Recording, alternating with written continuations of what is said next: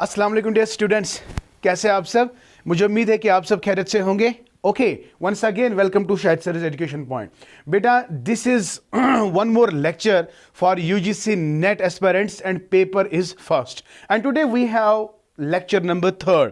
तो 2 lectures already मैंने upload किए हैं, आप जाके देख सकते हो Shahid sir education point playlist में। आप जब जाओगे तो वहां पे यूजीसी नेट एक प्लेलिस्ट है, वहां पे मैंने 2 लेक्चर्स ऑलरेडी वहां पे रखे हुए हैं।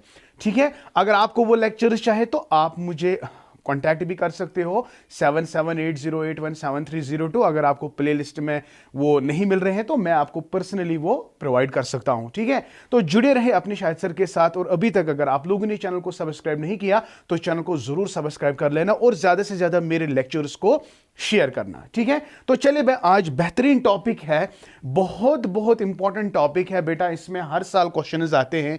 ठीक है, तो इसको आपने रट्टा याद करना है, जितने भी कंपोनेंट्स ब्लूम्स टैक्सोनॉमी में आते हैं। तो आज हमारा जो टॉपिक है बेटा, बेसिकली मैं I forget to announce the topic. So yes, today we are with what, Bloom. तो ब्लूम्स टैक्सोनॉमी जो है बहुत इंपॉर्टेंट क्वेश्चन है। ये ब्लूम्स टैक्सोनॉमी क्या है ये डिस्कस करेंगे आज इस लेक्चर में। ब्लूम ने कितने ऑब्जेक्टिव्स, एजुकेशनल ऑब्जेक्टिव्स की बात करी है, उसके डोमेन्स क्या है और हर एक डोमेन में अपना अपना कंपोनेंट है। वो सारी चीजें आपके साथ डिस्कस करेंगे। वो सारी चीजें आपको याद रखनी ही रखनी है।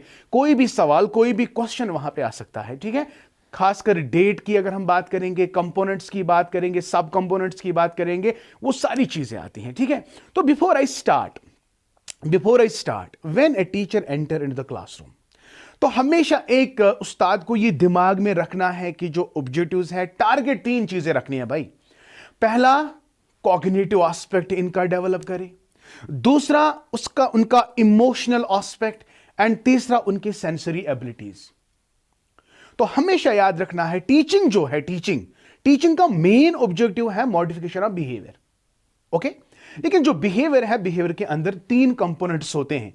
जब भी आप बिहेवियर की बात करते हो ना, तो you have got 3 types of behaviour. One behaviour is your internal behaviour, that's your thinking ability, right, and that's cognition. And the next one that's very important, that's your affection, it is related with your heart.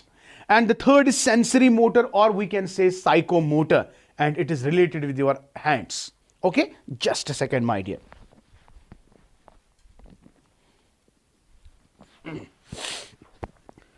Okay my dear, so we are going to discuss each and every component of the behavior. तो इसी related जो Bloom है, BS Bloom है, इसने taxonomy दी है। Taxonomy का मतलब क्या है?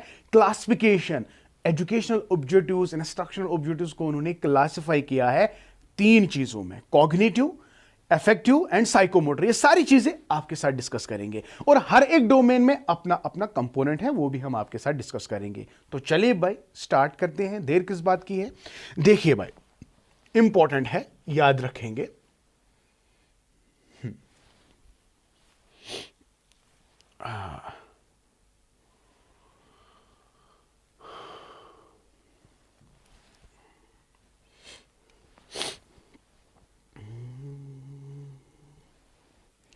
B.S. Bloom. Okay, my dear. So here we are. So here you can see the first thing that you need to understand. जल्दी से यार, मुझे यहां पे डिस्कस नहीं करना है, यहां पे टू द पॉइंट आपको समझाना है। किन किन पॉइंट्स को आपने फोकस करना है, क्या क्या चीजें आपको याद रखनी है। मैं यहां पे ज्यादा भाषण देने की जरूरत भी, और ज्यादा भाषण देने की भी जरूरत भी नहीं है, बिकॉज आप ये सारी चीजें जानते हो, है ना। तो वो लोग जो नहीं जानते हैं, जिनका ये डोमेन नहीं है, खासकर एजुकेशन स्टूडेंट की अगर हम बात करेंगे, तो वो लोग, ये इनका ही डोमेन है, सिलेबस में वो बार बार पढ़ते हैं। लेकिन वो बच्चे जो ये नहीं जानते हैं, उनको थोड़ा बहुत मेहनत ज्यादा ही करनी पड़ती है ना। लेकिन घबराने वाली बात बिल्कुल भी नहीं है, कुछ नहीं यार, बहुत सिंपल है और क्वेश्चन आराम से निकलेगा। ठीक है, what is Bloom's taxonomy? First of all, Bloom's taxonomy जो है, it is a set of hierarchical models used to classify educational learning objectives into levels of complexity and specificity. So what is Bloom's taxonomy? Is all about the classification of educational objectives and ये hierarchy है, यानी one objective 1.1 level is prerequisite for the higher level, यानी lower order and higher order. ये सभी चीजें हम आपके साथ डिस्कस करेंगे। Bloom's taxonomies are classified into 3 domains. Okay my dear, 3 domains है। देखो भाई, ये समझ आ गया कि ब्लूम्स टैक्सोनॉमी क्या है। कभी कभी क्वेश्चन आता है, Bloom's taxonomy is all about, it is about classification of educational objectives. ये याद रखना, पहला ही पॉइंट है, बहुत इंपॉर्टेंट है, एग्जाम में आ चुका है। ठीक है, तो चलिए भाई नेक्स्ट स्टार्ट करते हैं। ज्यादा मैंने बोला ना, ज्यादा इसमें हम नहीं जाएंगे, सिंपल टू द पॉइंट हम आपको समझाने की कोशिश करेंगे। देखो, जो ब्लूम्स टैक्सोनॉमी है, इसका बैकग्राउंड इंफॉर्मेशन देखने की कोशिश करेंगे। What is this Bloom's taxonomy, right? तो यहां पे आप देख सकते हो, पहला point, the taxonomy was proposed by, exactly, तो ये इंपॉर्टेंट है, it was proposed by Benjamin Bloom. कब? ये डेट इंपॉर्टेंट है, मार्क माई वर्ड्स बेटा, ये क्वेश्चन आया है, ये क्वेश्चन आया है। बेंजामिन ब्लूम ने इसको कब दिया है? 1956 में। तो he was an educational psychologist at California, Chicago university. Okay, this is the first point that you remember. आगे बढ़ते हैं। द फर्स्ट वॉल्यूम जो इसने पहली टैक्सोनॉमी दी है ना, इसका हैंडबुक का पहला वॉल्यूम का पब्लिश हुआ था 1956। इसके अंदर कुछ मॉडिफिकेशंस आए और वो मॉडिफिकेशंस कब किए गए? 1964 में। और यही चीज फिर आज रिवाइज किया गया, लेटेस्ट जो मॉडल है इसका वो रिवाइज किया गया 2001 में, and it is called revised Bloom's taxonomy. तो this is all about Bloom's taxonomy. Background information, simply Benjamin Bloom ने इसको, the propounder was Benjamin Bloom. कब दिया था? 1956 में। इसका जो पहला वॉल्यूम है वो कब पब्लिश हुआ था? 1956। दूसरा कब हुआ था? सेकंड वॉल्यूम कब हुआ था? 1964। और ये पूरा रिवाइज किया गया था कब? वेरी गुड, 2001 में। ये क्वेश्चन आया है, रिवाइज्ड वाला क्वेश्चन आया है भाई, इसलिए दिमाग में रखो। चलिए आगे बढ़ते हैं बेटा, आगे बढ़ते हैं, जल्दी से इसको कंप्लीट करते हैं। तो चलिए भाई, ये जो क्वेश्चन है ना ब्लूम्स, ये एक्चुअली ऑब्जेक्टिव्स में क्वेश्चन आता है। हालांकि डायरेक्टली ये सिलेबस में नहीं दिया गया है, लेकिन ऑब्जेक्टिव्स आपको पढ़ने हैं। तो इसमें ये जब भी हम ऑब्जेक्टिव्स पढ़ाते हैं ना, तो ऑब्जेक्टिव्स को समझाने के लिए ब्लूम्स टैक्सोनॉमी का पढ़ाना बहुत जरूरी होता है, इसलिए इसमें क्वेश्चंस आते हैं। नाउ आप मुझे कहो कि अभी मैंने कहा कि बेंजामिन ब्लूम ने कहा कि यहां पे 3 डोमेन्स होते हैं। कितने देख तो यहां पे आप देख सकते हो 3 डोमेन्स ऑफ ब्लूम्स टैक्सोनॉमी क्या क्या है। जल्दी से, वैसे तो मैंने वो आपको बता दिया है। देखिए, the 3 domains of Bloom's taxonomy are, one is बेटा जी कॉग्निटिव डोमेन। और जब भी हम कॉग्निशन की बात करते हैं तो it is a knowledge aspect. तो it is to know, yes my dear, it is to know, it is knowledge based, it is your mental ability. Because जब भी आप किसी चीज के साथ डील करते हो ना, you want to know something, you apply your mind, so with the help of mind you receive, you perceive information that is present in the environment, so that is why it is knowledge based, it is knowledge। तो हमेशा याद रखना, cognitive objective जो है, cognitive domain जो है, शाबाश, it is knowledge based.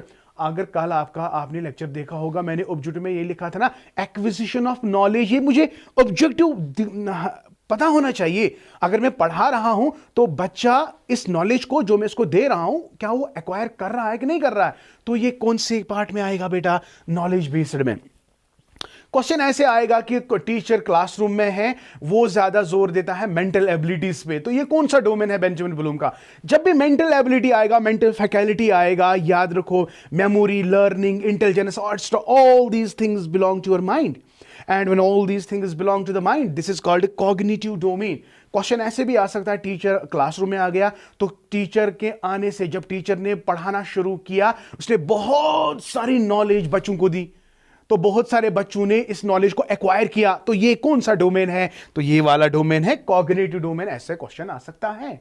Okay, चलिए भाई, नंबर नेक्स्ट की अगर बात करेंगे, the affective domain, it is related to heart, it is related with your what you call feeling aspect, right? It is emotion based. जब टीचर पढ़ाता है ना, आपने कभी कभी देखा होगा, जब टीचर बहुत ज्यादा अच्छा पढ़ाता है तो अंदर से एक आवाज आती है कि वाओ क्या पढ़ाते हैं, है ना? तो दैट्स इमोशन बेस्ड। तो एक टीचर को चाहिए क्या, मैं इमोशंस को, बच्चे के इमोशंस को टच करता हूं कि नहीं करता हूं। अदरवाइज कोई टीचर ऐसा आ गया, नॉलेजेबल है, काफी ज्यादा नॉलेजेबल है, नो डाउट, लेकिन जब इमोशन की बात आती है ना, ही fail to understand the emotions of a child. Are you getting? उसको गुस्सा आता है अगर कोई क्वेश्चन बोलेगा, sir I have a question, sit down, you got my point? So emotion based is not there. So whenever you are teaching, so you have to keep in mind three things. Knowledge, बच्चे के emotions. चले भाई, emotions अगर हम बात करेंगे, it is feeling aspect, to feel. अगर यहां पे मैंने लिखा to know, it is to feel, तो ये जो it is related with head also. Head it is related, head आपका दिमाग यहां पे है कि पाँव में है, तो हमारा दिमाग जो कोई कमजोर होता है ना, हम उसको कहते हैं कि आपकी अकल कहां पे है, पाँव में है ना। जल्दी ये जोक हम ऐसे करते हैं, लेकिन जब भी दिमाग की बात आती है ना, तो ये हेड पोर्शन आप दिखा दो। हेड, जब आप कहते हो वाह ये कितना अच्छा पढ़ाता है, आप कहते हो कि वाह, हम कहते हैं वो कितना नॉलेजेबल है, तो इट इज हार्ट। वाह कितना अच्छा पढ़ाता है, तो दैट्स हार्ट। तो कितना अच्छा पढ़ाता है, आपके इमोशंस टच हो जाते हैं, तो this is emotion based, it is feeling aspect, right my dear. And number third is बेटा psychomotor domain, and psychomotor domain it is action based, it is sensory based, तो you do with the help of hands, okay. So it is to do, so to do means it is hand. तो यहां पे क्या आ गया, heart, sorry यहां पे आ गया head, यहां पे आ गया हार्ट, एंड यहां पे आ गया hand. So triple H concept, HHH CAP HHH। I hope you got my point. This is very important. This is Bloom's taxonomy. Simple. So Bloom's taxonomy classified the educational objectives into 3 domains: cognitive to know, knowledge based; affective, feeling aspect, emotion based; and psychomotor or sensory, it is to do. Okay, fine. चलिए, okay dear. तो चलते हैं बेटा next, अब देखते हैं एक एक करके देखते हैं। अब चलते हैं बेटा कॉग्निटिव डोमेन पे। कॉग्निटिव डोमेन पे अगर हम बात करेंगे बेटा, याद रखो, दिमाग में रखो, कुछ चेंजेस आई हैं। जब पहले 1956 में जब उसने मॉडल दिया, 2001 में वो रिवाइज हुआ। 1956 में क्या क्या डोमेन्स थे, और उसके बाद 2001 में क्या चेंजेस आ गई, बहुत इंपॉर्टेंट है, याद रखना बहुत जरूरी है। तो देखते हैं बेटा, जब हम बेटा जी कॉग्निटिव डोमेन की बात करते हैं, कॉग्निटिव डोमेन में हम कॉग्निटिव स्किल्स की बात करते हैं, जिसमें आपका नॉलेज, प्रॉब्लम सॉल्विंग, कॉम्प्रहेंशन जैसी चीजें आएंगी, है ना। मैंने आपको नॉलेज प्रोवाइड किया, आपने कितना इसको अंडरस्टैंड किया, कितना कॉम्प्रहेंड किया, कितना इवैल्यूएट किया, कितना सिंथेसिस एनालिसिस किया, तो ये आपके डोमेन किसके डोमेन आएंगे, कॉग्निटिव डोमेन में। You got my point.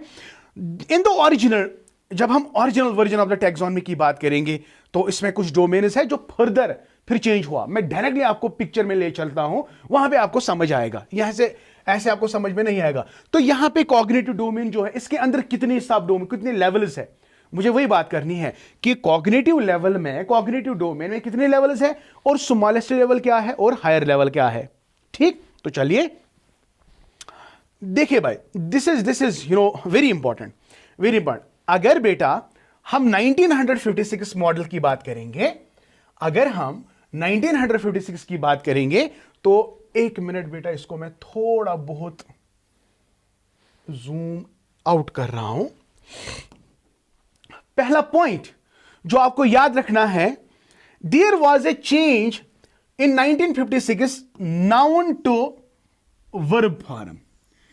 यह आ सकता है बच्चा, ये ऑब्जेक्टिव आ सकता है कि जब रिवाइज हुआ 2001 में ये, तो चेंज कहां से कहां, नाउन टू वर्ब फॉर्म। ये इंपॉर्टेंट है, याद रखना है।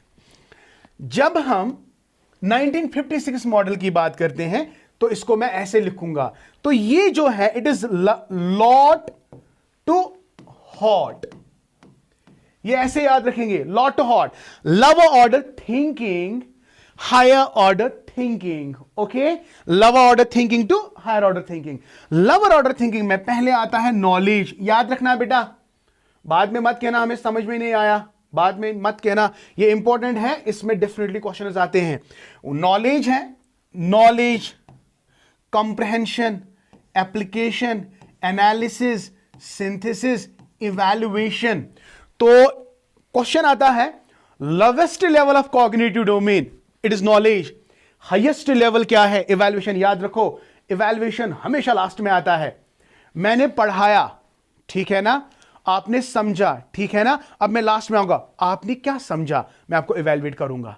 तो पहले मैंने आपको नॉलेज प्रोवाइड की, और लास्ट में मैंने आपको इवैल्यूएट किया कि आपको कितना समझ आया। यही डोमेन है, यही कॉग्निटिव डोमेन है, यही क्या कहते हैं, ब्लूम कहता है, अच्छी अच्छी बातें कह रहा है कि क्लासरूम जब टीचर एंटर होता है क्लासरूम में, वो पढ़ाना शुरू करता है, नॉलेज दे रहा है, कितनी नॉलेज उसने दी, बच्चों ने अंडरस्टैंड किया कि नहीं किया, एनालिसिस में है, सिंथेसिस में है, तो लास्ट में वो इवैल्यूएट करता है।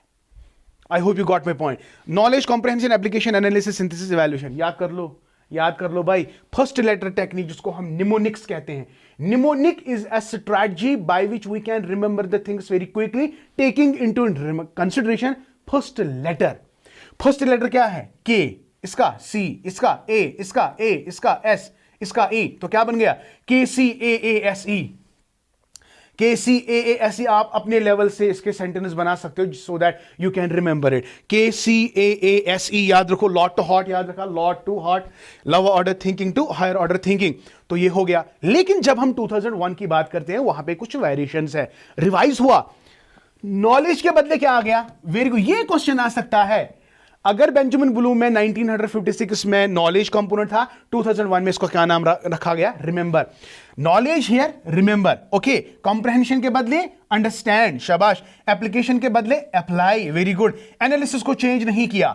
लेकिन ये ऊपर के दो जो है क्रिस क्रॉस, यहां पे पहले इवैल्यूएट है, उसके बाद क्रिएट है। लेकिन यहां पे क्रिएट का मतलब है सिंथेसिस, किसी चीज को ईजाद करना, समेटना, फिर क्रिएट करना। समेटना, सिंथेसिस का मतलब है समेटना, and it is related with create. Evaluate का मतलब इवैल्यूएट। तो देखो भाई, अगर यहां पे हम लॉट देखेंगे, लॉट में क्या आएगा? रिमेंबर है। हॉट में क्या आएगा? हॉट में सर क्रिएट है। Hot is create in 2001 revision, but यहां पे हॉट क्या है? इवैल्यूएशन। समझ आ गया? हां, the only one level that has not been changed at all, जिसका हायरार्की भी लेवल भी सेम है, और वो है एनालिसिस। 1 2 3 4 ये चौथे लेवल पे आता है, 1 2 3 4 ये भी चौथे लेवल पे आता है। This can be asked in your examination. यहां पे तो अप्लाई है, लेकिन यहां पे एप्लीकेशन है।